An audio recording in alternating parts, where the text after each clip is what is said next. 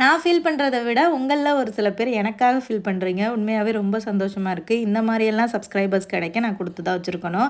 யூடியூப்லேயும் சரி, வாட்ஸ்அப்லேயும் சரி ஒரு சில பேர் என்கிட்ட கேட்டுகிட்டே இருக்கீங்க. என்னாச்சுக்கா ஏன் லட்டு பண்ணுறதை விட்டுட்டீங்க? நீங்கள் பிஸ்னஸ் ஸ்டார்ட் பண்ணேன்னு சொல்லும்போது அவ்வளோ ஹாப்பியாக இருந்தது. இப்போ நீங்கள் விட்டுட்டேன்னு சொல்லும்போது அவ்வளோ கஷ்டமாக இருக்குது அப்படின்லாம் சொல்கிறீங்க. ஸோ விட்டுட்டேன்னு சொல்ல முடியாது. இப்போதைக்கு அதை ஸ்டாப் பண்ணி வச்சுருக்கேன் அவ்வளோதான். நான் ஃப்யூச்சரில் நம்ம இந்தியாவில் வந்து செட்டில் ஆனாலும் சரி, வேறு ஏதாவது ஒரு கண்ட்ரியில் நான் வந்து செட்டில் ஆனாலும் சரி, நான் ப்ராப்பராக அதை லைசன்ஸ் எடுத்து நான் பண்ணுவேன். அந்தளவுக்கு எனக்கு வந்து அந்த கான்ஃபிடென்ட் இருக்குது. ஒரு 2 வாரம் நான் அந்த லட்டு பண்ணி சில பேருக்கு கொடுத்துருக்கேன்னா, ஸோ அந்த 2 வாரத்தில் நான் நிறைய வந்து லேர்ன் பண்ணியிருக்கேன். எனக்குள்ளே நிறைய கான்ஃபிடென்ட் வந்திருக்கு.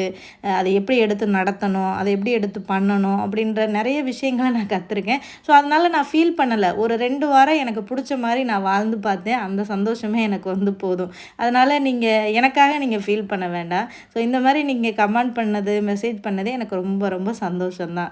அப்புறம் 12 நாள் பசங்களுக்கு ஸ்கூல் லீவ் விட்ருக்காங்க. இன்றைக்கி ஹஸ்பண்டுக்கு தான் வேலை இருந்தது. நல்லா தூங்கிட்டேன் காலையில்.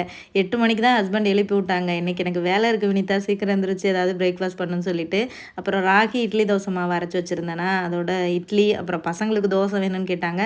அவங்களே சுட்டுக்கணுமா, அடுப்புக்கிட்ட பசங்களை விடாதீங்கன்னு சொல்கிறீங்க.